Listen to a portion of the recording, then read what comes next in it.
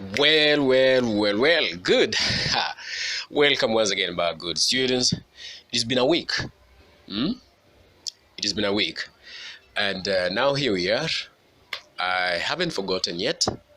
We're still on with our work. And this time around, it's essay number 7. It's still Blossoms of the Savannah by Henry Ole Kaelo. And we're still looking into this particular novel until we are fully convinced that we've covered a great deal with this particular novel before we embark into a different thing. And in this part here, we're still looking at the essays, sample essays, possible essays, and of course exam style questions, that is, and sample responses. And as usual, every little thing that you do never goes unrewarded. And I would suggest that if you are, in case you came across this particular work and it's your first time, why don't you do this? Subscribe. And by subscribing, that is the only way you stay up to date to the daily posts, not really daily posts, but weekly posts, updates. And that way, you will stay updated as you are preparing to sit for your exams. Now, it is still the Blossoms of the Savannah, and we're looking at possible sample questions and, of course, sample responses. And as far as your preparation on this particular paper is concerned. So, Blossoms of the Savannah, let's start with the first exam style question. Basing your illustrations on Blossoms of the Savannah, write an essay to negate the saying, blood is thicker than water. Again, basing illustrations on the Blossoms of the Savannah, write an essay to negate the saying that blood is thicker than water. This down here is a sample response. Good. I hope you can see that. Actions by some characters in the Blossoms of the Savannah tend to negate the saying blood is thicker than water. So what are some of these particular characters that their actions they tend to negate? We expect family bonds to be the strongest and the loyalty to be true, yet that is not the case.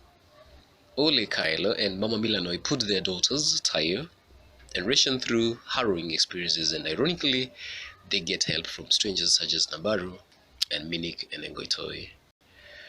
That is, of course, our intro to our sample response. And Ole Kaelo's actions go against the saying blood is thicker than water. Although he is Resian's father, he abhors her for no apparent reason. Ole Kaelo intimidates Resian so much, and she only finds solace in her sister Taiyo. Ole Kaelo teams up with Oluisudori to hatch an evil plan to kidnap Resian, anesthetize her, and have her circumcised should she turn down Oluisudori's proposal.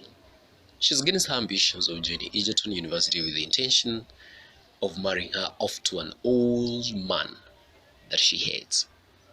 This indeed negates the saying that blood is thicker than water.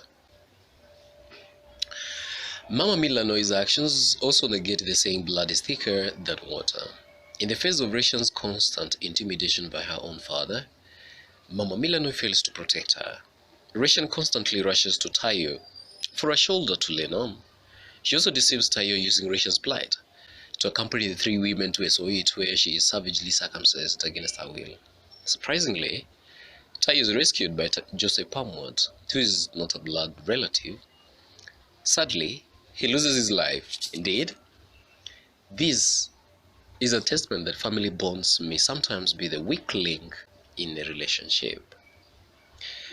And Taiyo's experiences, that is, in Asila, prove that sometimes family ties are not the strongest ties. Her father is clearly inconsiderate of her feelings and needs when he denies her a chance to attend to a music extravaganza in Mombasa. When she is kidnapped, help comes from unexpected quarters. She is rescued by Minik and Ngoitoi's team. Joseph Pamwat, a distant clan member, sacrifices himself for Taiyo's sake when her parents seem indifferent. Indeed, this equally negates the saying that blood is thicker than water. There is lastly Nabaru, the Nkabani that is, who cares for Resian more than her mother does. Resian even calls her a God-given mother. Although they are not related, Nabaru proves to be caring and motherly. She turns to Resian following the nasty beating that she received from Oluisudori. When her father tries to forcefully marry her off to Oloisudori, Resian escapes to Ngoito with the help of Olari Ngoe. Little does she know that he has ulterior motives. He attempts to rape her and hurts her badly during her 3-week stay at Inkito. Resian receives tender care in terms of medical attention and food from Nabaru. She is not only loving and caring mother to her, but also a valuable friend and confidant. And good student, finally, to sum up, Mama Milanoi and Ole Kaelo proves that family members can turn out to be our greatest enemies, and occasionally help comes from people who are not necessarily related to us. That, good students, marks the end of this one more episodes, so apparently very brief. But again, if you're coming across this work again for the first time, the good thing, as previously I'd said, is to subscribe to stay hooked for the future updates. And above all, just want to wish you the very best in your exams as you're preparing for it. Cheers for now.